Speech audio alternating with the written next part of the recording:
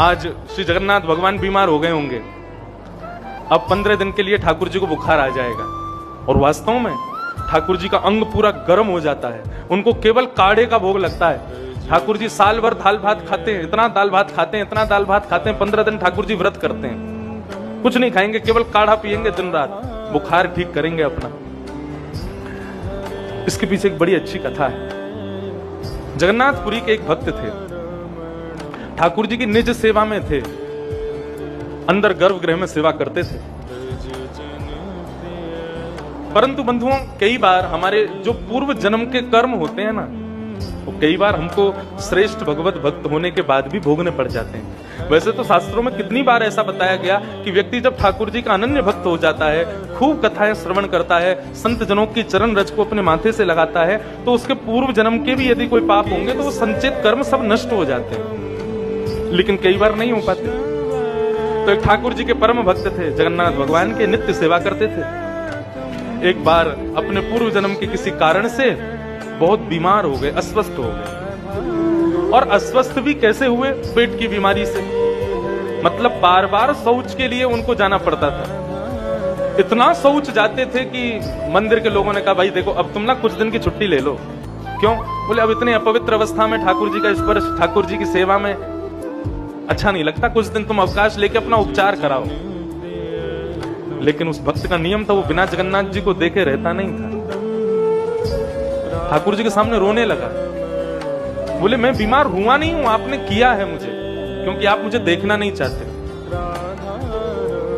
मेरे दर्शन से आपको सुख नहीं मिलता, इसलिए मुझे बीमार कर दिया है आपने। जा रहा हूं भगवान, अब कुछ दिन तक आपको ये दिखेगा नहीं, ये अभागा दिखेगा नहीं, अपने सुंदर सुंदर भक्तों का दर्शन करना, मैं जा रहा हूं।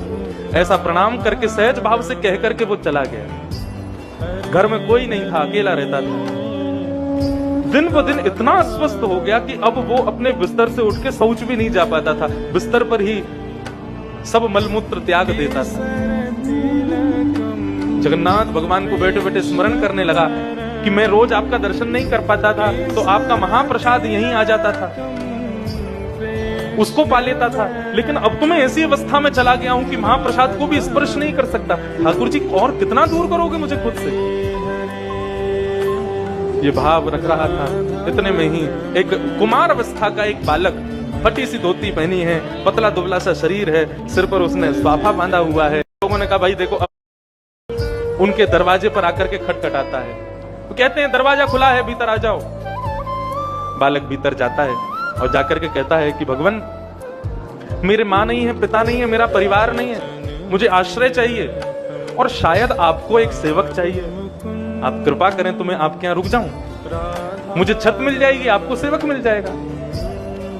और वो सोचने लगे कि मैंने आज तक अपनी सेवा किसी से करवाई नहीं, लेकिन तुम्हारी यदि इतनी इच्छा है तो ठीक है, तुम रहो, वैसे भी जरूरत तो है मुझे। तो बालक उस भक्त को रोज गोद में उठा करके शौच लेकर के जाता, उसको नहलाता धुलाता, उसके समस्त जो भी उसकी गंदगी होती थी सबको साफ करता, रोज उसकी स्वस्थता का ध्यान रखता। 15 दिन तक वो बालक उनकी सेवा में रहा। 15 दिन बाद जब वो बिल्कुल स्वस्थ हो गए, स्वस्थ होकर के एक दिन बालक को कुछ सामग्री लेने के लिए भेजा। वो बालक सामग्री लेने बाजार गया, बाजार से सामग्री ला करके उनके घर के द्वार पर रख करके वो बालक वहां से अंतर ध्यान हो गया। आज इतने दिनों बाद वो पहली बार जगन्नाथ जी का दर्शन करने के लिए जा रहे थे। इतने में ही वो सामग्री देखी, देखा बालक तो है नहीं, बोला कहीं गया होगा, आ जाएगा। सामग्री घर में रख करके जैसे वो जगन्नाथ मंदिर दर्शन करने के लिए गए तो देखी इतनी भीड़। सबसे पूछा कि भैया आज इतने दिन में जगन्नाथ जी के आज इतनी भीड़ जगन्नाथ जी में क्यों? बोले क्योंकि जगन्नाथ जी पिछले 15 दिन से बीमार थे, उनके दरवाजे पर आकर के 15 दिन से ठाकुर जी ने अपने दर्शन किसी को कराए नहीं थे, आज ही दर्शन खुले हैं। तो भक्त सोचने लगा मतलब 15 दिन पहले जब मैं यहां से गया था उस दिन से आज तक ठाकुर जी के कपाट बंद थे। बोले हाँ, ठाकुर जी ने किसी को दर्शन नहीं दिया, अनोसर में थे ठाकुर जी। जैसे ही वो जगन्नाथ भगवान के सामने गया तो जिस रंग के वस्त्र उस बालक ने सुबह पहने थे उसी रंग के वस्त्र से जगन्नाथ जी पहन करके सामने बैठे थे। उसके मन में किंचित भी यह भाव नहीं आया कि वो कोई बालक था। वो समझ गया कि 15 दिन पहले अपना मंदिर बंद करके मेरी सेवा के लिए श्री जगन्नाथ प्रभु मेरे कक्ष में आ गए, मेरे घर पर आ गए। कैसे कृपालु, कैसे दयालु देव है। एक कथा ऐसी अपने किसी एक भक्त का रोग था, बहुत भयंकर रोग था, वो दर्शन के लिए बहुत तड़प रहा था। ठाकुर जी ने उसके रोग को अपने ऊपर ले लिया, इसलिए ठाकुर जी 15 दिन तक स्वयं को ज्वर में रखते। अनेकों कथाएं हैं जगन्नाथ जी की। कहने का भाव, ठाकुर जी कितने दयालु हैं, कितने कृपालु हैं। मारने आई पूतना, लेकिन उसको सदगति प्रदान कर दी।